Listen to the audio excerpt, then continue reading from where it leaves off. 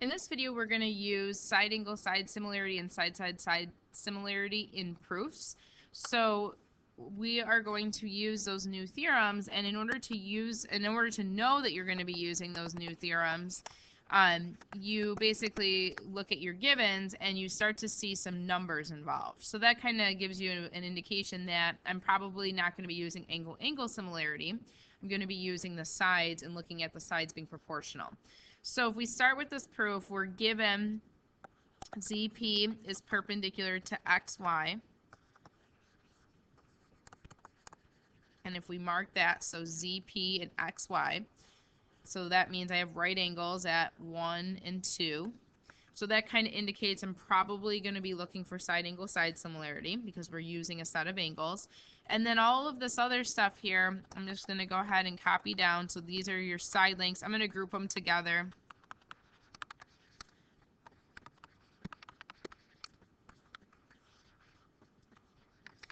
And what those are going to do is those are going to help us see if the sides that make these right angles, the included angles, we're going to see if those sides are proportional. So I'm looking at side angle side similarity because we have the angles that are included in these sides that have numbers on them. So let's go ahead and talk about the right angles, get that done. So we have angle 1 and angle 2 are right angles. And that's because the perpendicular lines form the right angles. And then we can say that those right angles are congruent.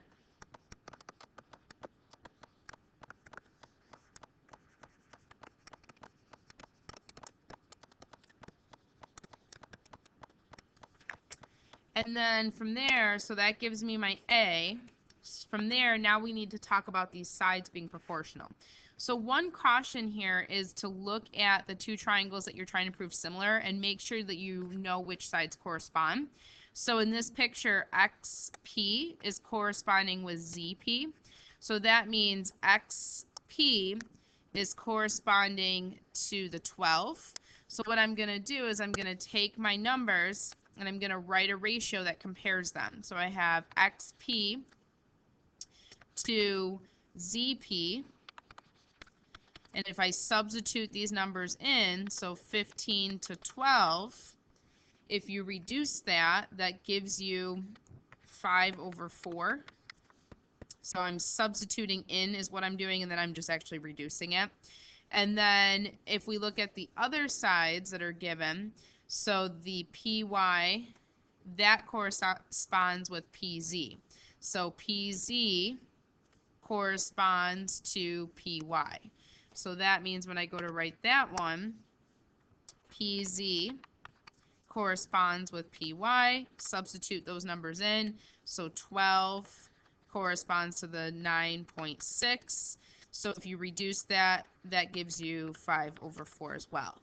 So be very careful because it looks like the XP and PY correspond, but you have to look at the similarity statement and look at which sides correspond so that you're setting up your ratios consistently.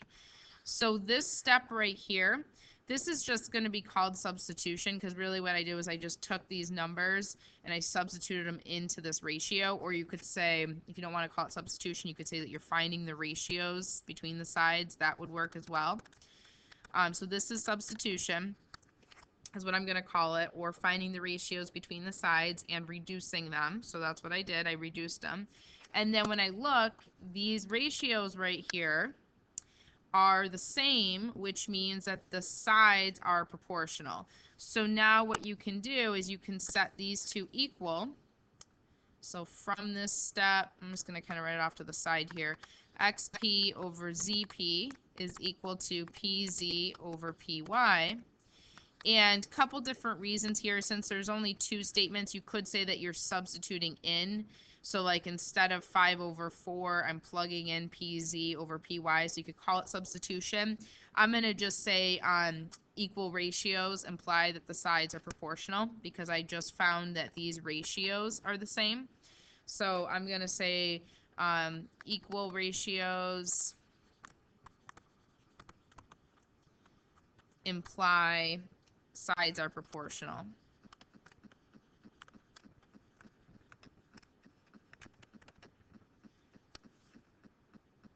And then from there, this statement is giving me my two sets of proportional sides. So now I have enough information. So if you connect this and this, we can say that the two triangles are similar. I'm just going to go back up to the top there. So I have triangle XPZ is similar to triangle ZPY. And my reason for that is side angle side similarity. So there you have it. If we look at the next example, same idea. So if we look, AB is 12, CD is 9, AC is 8, CE is 6, BC is 4, and DE is 3. So again, we want to prove that these triangles are similar. Right away, I'm looking at this, I know nothing about the angles, so I'm looking to prove that these are similar by side, side, side similarity, which means I need to compare all of those side lengths. I need to look at the ratios of the sides. So you really just, you've seen this before using these similarity theorems, but you did it kind of informally. You wrote like a paragraph style explanation. Now we're just putting it into a flow-proof format. So I'm going to just group all these together. So I have all these side lengths. So that's going to be my given, one big given with lots of side lengths. You could separate them into corresponding sides if you want, but I think it's just easier just to list them all out and then write your ratios. So here's all these side lengths that were given to me. And now what I need to do, in this diagram, it's easier to see which sides correspond. But again, you really should be checking. So AB to CD, those match up. So I'm going to write a ratio with those. AB to CD. So substituting in 12 to 9. And then you're reducing these. So when you reduce these down, divide by 3, 4/3. And then go ahead and compare the next set of sides. So AC to CE. Again, AC to CE, those match up. So AC to CE. So substitute in 8 to 6. Reduce that down. So divide top and bottom by 2, you get 4/3 again. And then the last set of sides here, we have BC and DE. BC and DE match up. So we write a ratio for those. BC to DE. That's 4 to 3. That one's already done for us. So from my given, I basically just substituted numbers in. Took my given and I substituted into these ratios. So you can call this substitution or finding the ratios. If you'd rather just call it finding the ratios of the sides, that's fine. You're really just plugging in these side lengths, or you're taking them and making ratios out of them. So there's kind of different ways that you could word this. So that would be an option. And from there, I can go ahead and I can say, now all of these have to be equal. And for this one, you really shouldn't call it substitution because you only have two parts or two like fractions that are equal. So you're not really plugging in, because I'm going to be writing that all of these are equal to each other. And the reason why all of them are equal is because, well, you can see that all of these ratios are the same. So since they all have the same ratio value, that means that these sides are proportional. So again, I'm just going to use that same reason as before and say equal ratios imply proportional sides. So I don't really want you to say substitution for this because there's three fractions or three ratios, and you really aren't substituting in to get all three equal. So you should really be talking about the fact that they all reduce to equal ratio means that the sides are proportional.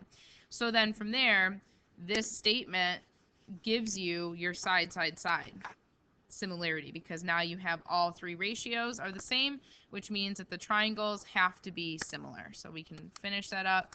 Triangle ABC is similar to triangle CDE by side, side, side similarity. So there you have it. So go ahead and check your understanding problems and get your key ideas from the video written down, and we'll discuss these more in class tomorrow.